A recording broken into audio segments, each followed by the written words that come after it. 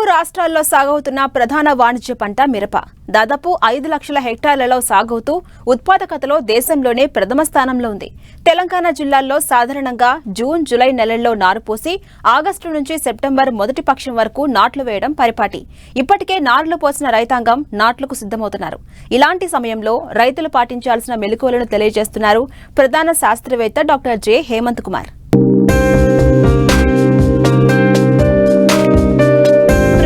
వాణిజ్య పంటగా సాగవుతున్న మిరప మెట్ట ప్రాంత రైతుల ఆదరణ పొందుతోంది. ఇప్పటికే రైతులు వారి వాతావరణ పరిస్థితులకు, భూములకు అనుగుణంగా రకాలను ఎంచుకుని నారుమళ్లు పోసుకున్నారు. జూలైలో నారు పోసిన వారు ఆగస్టులో నారు పోసుకున్న వారు సెప్టెంబర్లో నాట్లు వేసుకునేందుకు అనువు. ఇప్పటికే కొన్ని చోట్ల రైతులు నాట్లు వేయగా మరికొందరు నాట్లు వేసేందుకు సిద్ధమవుతున్నారు. అయితే ఇటీవల కురిసిన వర్షాలకు నారుకొళ్లు తెగుళ్లు ఆశించినట్లు శాస్త్రవేత్తలు గుర్తించారు. ముఖ్యంగా సాగు ప్రారంభం నుండే సరైన అవగాహనతో ముందడుగు వేస్తే నాణ్యమైన దిగుబడులు పొందవచ్చంటూ వివరాలు తెలియజేస్తున్నారు ప్రధాన శాస్త్రవేత్త డాక్టర్ జె హేమంత్ కుమార్.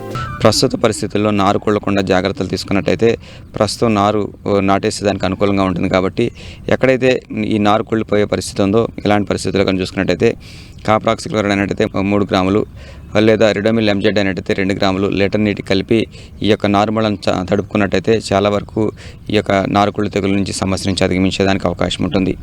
ముఖ్యంగా ప్రస్తుతం చూసుకున్నట్టయితే ఈ నాటే దశలో ఉన్నటువంటి పరిస్థితుల్లో కానీ చూసుకున్నట్టయితే ఈ యొక్క పొలాన్ని మెత్తగా దున్నుకోవాలి. ఈ దున్నిన తర్వాత కానీ చూసుకున్నట్టయితే సాళ్లు తోలుకోవడం అనేది ఒక ముఖ్యమైనటువంటి అంశంగా గుర్తించేదానికి అవకాశం ఉంటుంది. దీంట్లో భాగంగా చూసుకున్నట్టయితే వరుసల మధ్య దూరం 75 సెంటీమీటర్లు, అదే రకంగా మొక్కల మధ్య దూరం చూసుకున్నట్టయితే 45 సెంటీమీటర్లు కానీ, లేకపోయినట్టయితే ముఖ్యంగా మనం చూసుకున్నట్టయితే రైతు సోదరుల దగ్గర ఉన్నటువంటి ఈ అంతర్కృషి చేయడానికి ఉపయోగించే పరికరాలకు సంబంధించి దూరం ఉంటుందో ఆ దూరం ప్రకారం కూడా మనం ఈ మిరపని అడ్జస్ట్ చేసుకొని సాగు చేసుకునే దానికి అవకాశం ఉంటుంది.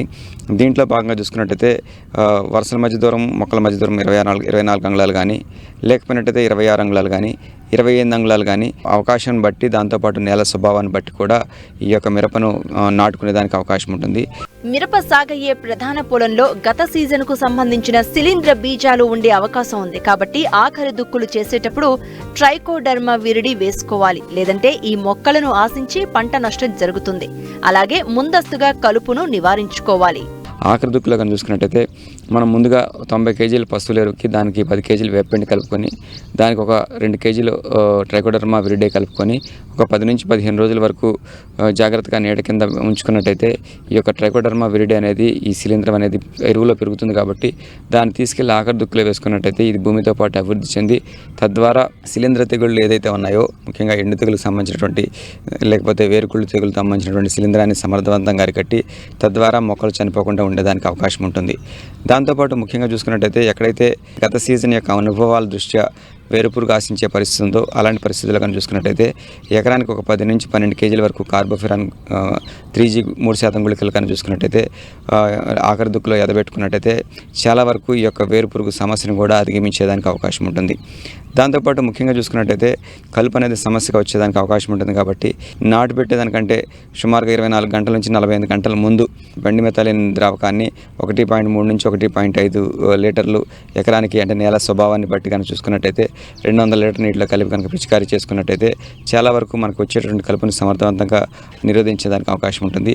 ఒకసారి పిచికారీ చేసుకున్న తర్వాత సుమారుగా 48 గంటల తర్వాత కనుక మనం మిర్చి మొక్కలను కనుక నాటుకున్నట్టయితే చాలా వరకు ఈ యొక్క కలుపు సమస్యను అధిగమించేదానికి అవకాశం ఉంటుంది.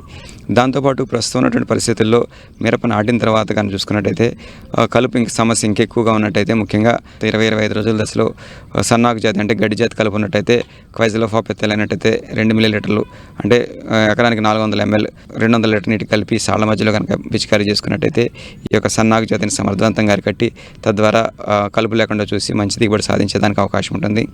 రైతులు ఎర్ర బంగారంగా పిలుచుకునే మిరప సాగులో ప్రారంభం నుండే చీడపీడల పట్ల అప్రమత్తంగా వ్యవహరించాలి. నాటిన తొలి దశ నుంచే రసం పీల్చు పురుగులు పైరుపై దాడి చేసి పలు వైరస్ తెగుళ్లకు వాహకాలుగా పనిచేస్తాయి. కాబట్టి వీటి నివారణకు సకాలంలో చర్యలు చేపట్టాలంటారు శాస్త్రవేత్త.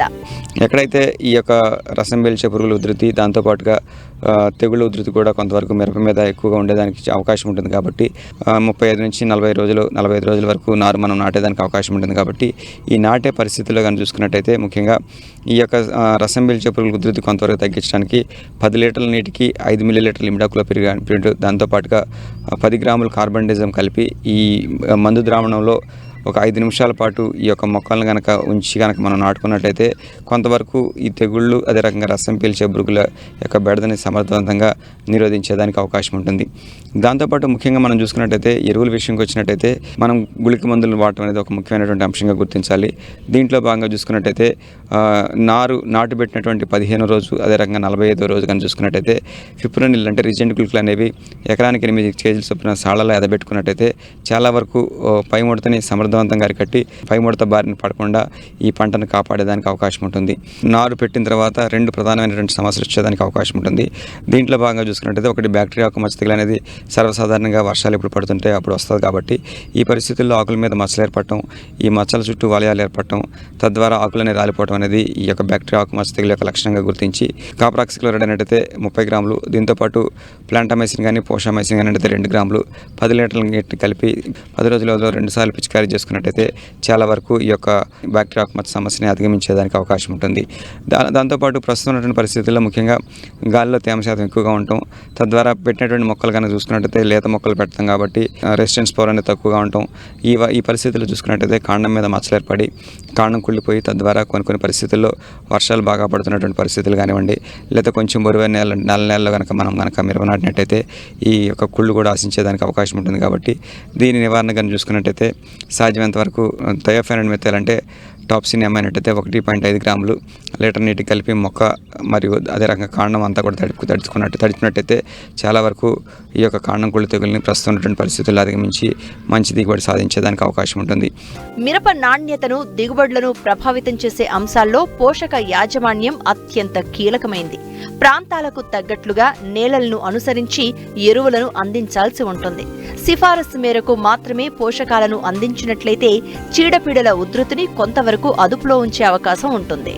ప్రస్తుతం చూసుకున్నట్టయితే మిరప కనుక 120 కేజీల నత్రజని, అదే రకంగా 24 కేజీలు భాస్వరం, అదే రకంగా 48 కేజీలు పొటాషియం ఎరువులు అవసరం అవుతాయి. కాబట్టి ఈ పరిస్థితిలో కానీ మనం చూసుకున్నట్టయితే ప్రస్తుతం భాస్వరం అనేది వేరు పెరుగుదలకు ఉపయోగపడుతూ ఉంటుంది, అదే రకంగా నత్రజని అనేది మొక్క పెరుగుదలకు ఉపయోగపడుతూ ఉంటుంది. దాంతోపాటు పొటాష్ కానీ చూసుకున్నట్టయితే ఈ పూత రావడానికి అదే రకంగా మొక్కకు రెసిస్టెన్స్ పవర్ అనేది కొంతవరకు వస్తుంది. కాబట్టి సాధ్యమైనంత వరకు భాస్వరం ఎరువులు అంటే ముఖ్యంగా కాంప్లెక్స్ ఎరువులన్నింటినీ చూసుకున్నట్టయితే 24 కేజీల భాస్వరం సంబంధించినటువంటి ఎరువులన్నింటినీ ఆఖరి దుక్కులో వేసుకున్నట్టయితే చాలా వరకు ఈ మొక్కల యొక్క వేలు సమర్థవంతంగా పెరిగి తద్వారా మొక్కలు త్వరగా నిలబడటానికి అవకాశం ఉంటుంది. అదే రకంగా మిగిలినటువంటి నత్రజని అదే రకంగా పొటాష్ విషయంకి వచ్చినట్టయితే మొక్కలు పెట్టిన తర్వాత 30 రోజులు, అదే రకంగా 60 రోజులు, 90 రోజులు, అదే రకంగా 120 రోజుల వ్యవధిలో వేసిన ప్రతిసారి 65 కేజీలు యూరియా, దాంతోపాటు 20 కేజీలు పొటాష్ కలిపి కనుక మొక్కకు దూరం ఒక 5 సెంటీమీటర్ల నుంచి 6 సెంటీమీటర్ల దూరంలో ఎదబెట్టుకున్నట్టయితే చాలా వరకు పోషకాల లభ్యత అనేది మొక్కకు సక్రమంగా ఉండి తద్వారా తక్కువ ఖర్చుతోటి సిఫార్సు చేసినటువంటి ఎరువుల మోతాదుతోటి మంచి దిగుబడి సాధించేదానికి వీలుంటుంది.